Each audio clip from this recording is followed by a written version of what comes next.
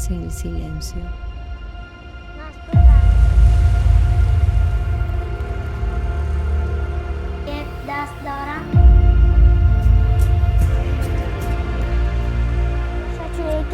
Жаз келеді.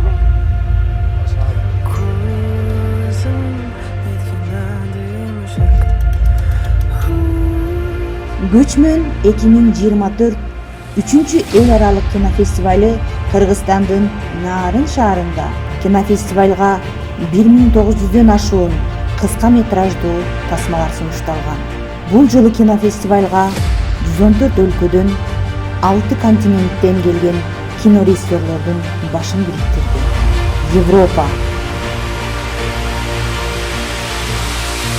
Түштүк Америка, Түндүк Америка, Африка, Океания, Азия жана Кыргызстан.